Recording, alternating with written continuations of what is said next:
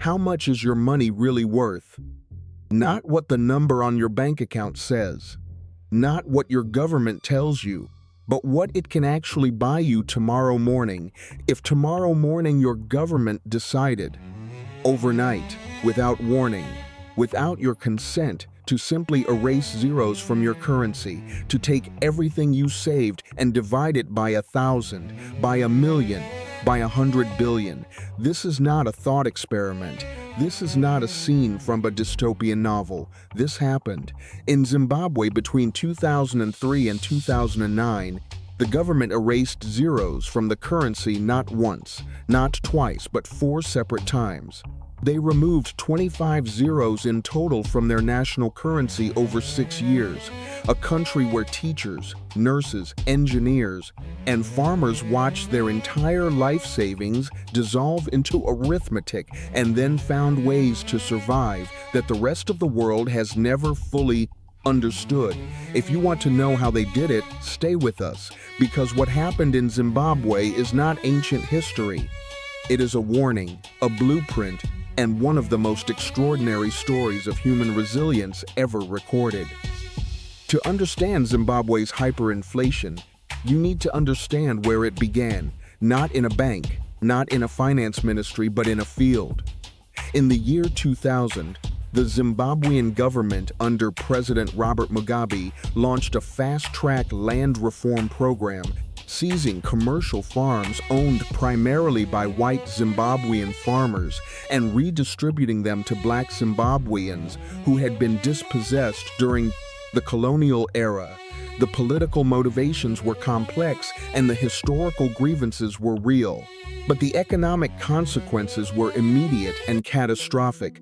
Zimbabwe had been one of the most productive agricultural economies in Africa, known as the breadbasket of the continent. Within 2 years of the land seizures, agricultural output collapsed. Commercial farming expertise disappeared overnight. The country that had exported food began importing it. Foreign investment fled. International sanctions followed.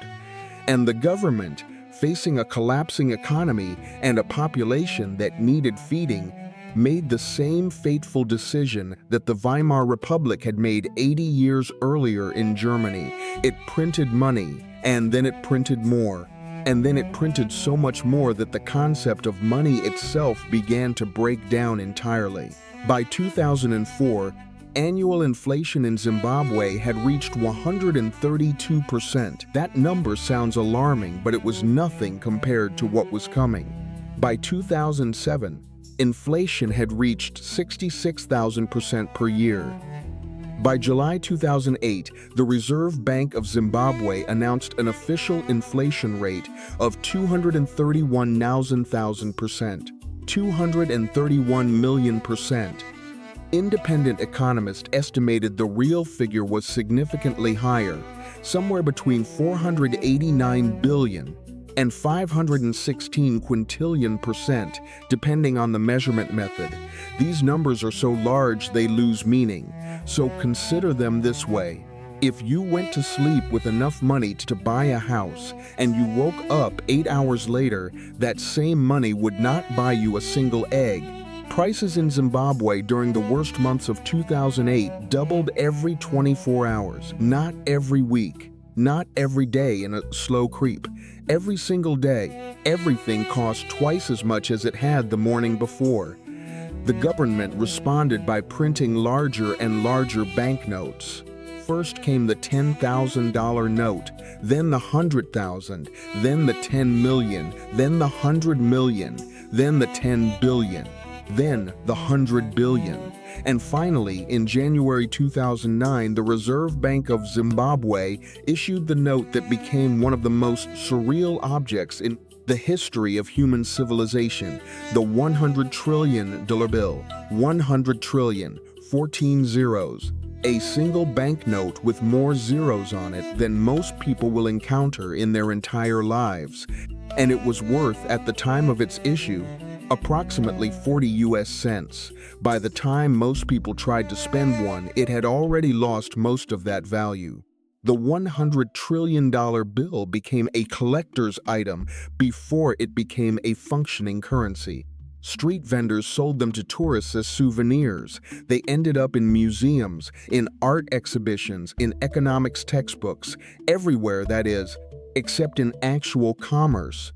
Because by the time the note was printed, most ordinary Zimbabweans had already stopped using Zimbabwean dollars entirely and had built an entirely parallel economy to survive. This is the story that history books rarely tell, not the inflation statistics, not the political causes, not the economic theory, but how 9 million ordinary Zimbabweans in cities and villages, in hospitals and schools and markets and homes, figured out how to feed their families, pay their rent, educate their children, and maintain some semblance of normal life inside one of the most extreme economic collapses any modern nation has ever experienced. Their strategies were creative, resourceful, sometimes desperate, and often astonishing, and several of them are still in use in Zimbabwe today. The first and most critical survival strategy was the complete abandonment of the official currency in favor of foreign money. This happened not by government decree, but by pure collective necessity, spreading organically from individual to individual, market stall to market stall, neighborhood to neighborhood. By 2007, the US dollar had become the de facto currency of Zimbabwe's informal economy. If you had dollars, you could buy anything. If you only had Zimbabwean dollars, you were functionally locked out of the real economy. Workers began demanding payment in foreign currency. Landlords required rent in US dollars or South African rand. Market traders refused Zimbabwean notes or accepted them only at wildly fluctuating exchange rates calculated by the hour. A teacher in Harare described the period this way. She would receive her monthly government salary in Zimbabwean dollars, and she would immediately, within minutes of receiving it, find someone on the street willing to exchange it for US dollars at whatever the going rate was that afternoon. Even if the rate was terrible, even if she lost half the value in the exchange, it was better than holding Zimbabwean currency overnight. By morning, that currency would be worth less.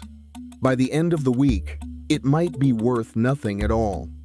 The black market for foreign currency became one of the most important economic institutions in Zimbabwe during the hyperinflation years. Informal currency traders, known locally as money changers, operated openly on street corners, in markets, outside supermarkets and government offices. They carried thick bundles of Zimbabwean notes and small wallets of foreign currency, and they negotiated exchange rates in real time based on information passed between traders by mobile phone. The mobile phone network became a crucial economic infrastructure. Traders would receive text messages updating the exchange rate every hour. Communities formed WhatsApp-style messaging groups on whatever platforms were available at the time to share price information, warn each other about police crackdowns, and coordinate buying and selling. The informal information networks that emerged during Zimbabwe's hyperinflation were remarkably sophisticated, operating with a speed and efficiency that the official banking system could not match. The second major survival strategy was the complete transformation of how Zimbabweans thought about savings and assets. In a normal economy, you save money in a bank. In Zimbabwe, after 2005, putting money in a bank was one of the worst financial decisions a person could make. Bank deposits lost value faster than interest could accumulate. Withdrawal limits meant you often could not access your own money quickly enough to spend it before it devalued. So Zimbabweans stopped saving money and started saving things, anything that held real value independent of the currency. Fuel was one of the most important alternative stores of value. Petrol and diesel could be stored in drums and traded at any time for whatever the market would bear. A drum of diesel in 2008 Zimbabwe was worth more than most people's monthly salary, and it held its value while the currency collapsed around it. People who had access to fuel were wealthy by local standards. Supermarket goods became another alternative currency. Tins of corned beef, bags of sugar, bottles of cooking oil, non-perishable food items circulated as a parallel monetary system, traded and bartered within communities that had stopped trusting paper money entirely. A neighbor might fix your roof in exchange for 20 tins of sardines. A mechanic might service your car for 2 5-liter containers of cooking oil. The barter economy that had emerged in Weimar Germany 80 years earlier reappeared in Zimbabwe with striking similarity, adapted to modern conditions but driven by the same fundamental logic. When paper money becomes worthless, real goods become currency. The third survival strategy was what Zimbabweans called burning money, though it had nothing to do with actual fire. Burning money meant spending every cent you received as fast as physically possible, converting paper currency into goods before it lost value.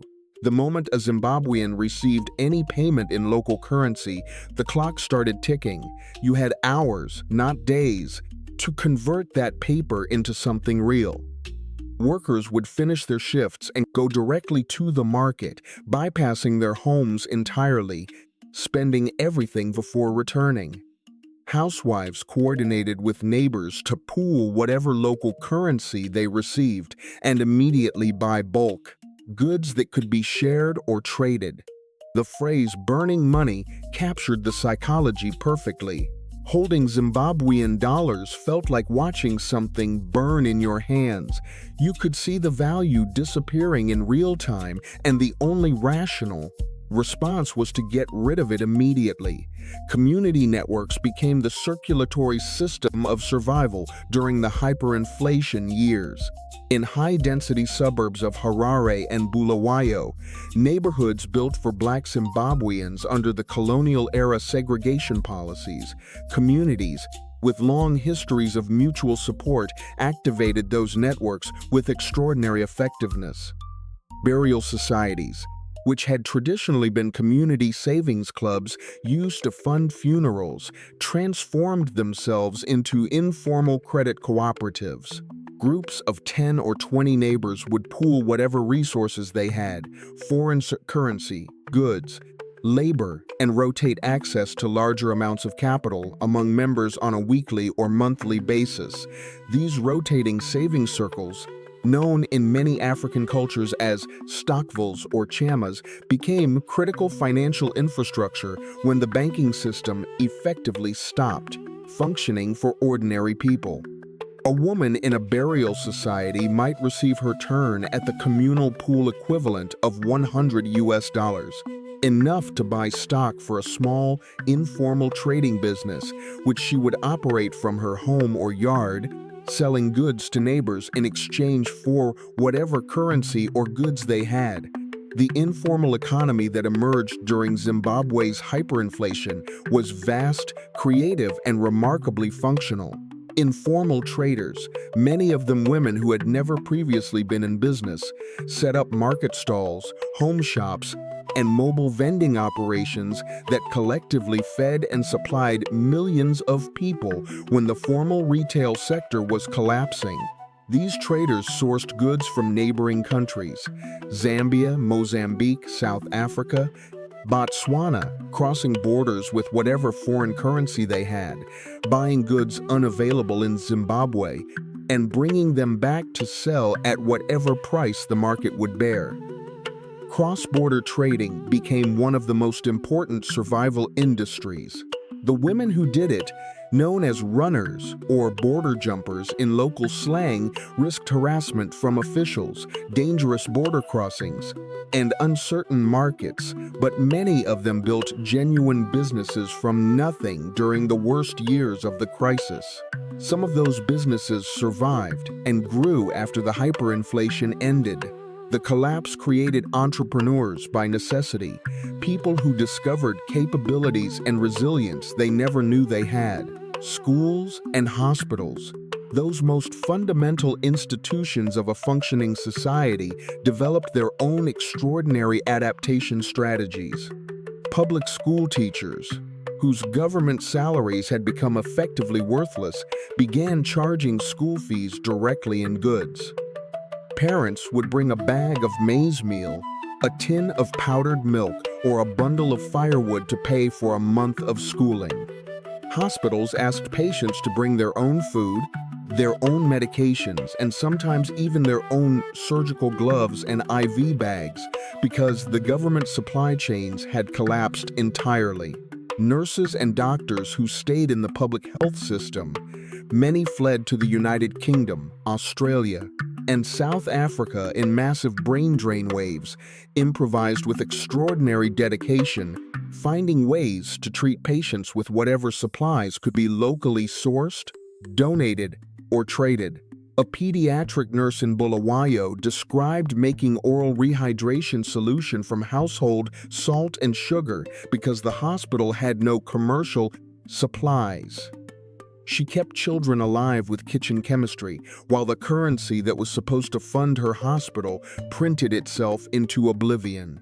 The hyperinflation finally ended in April 2009, when the Zimbabwean government officially abandoned its own currency and legalized the use of foreign currencies for all transactions.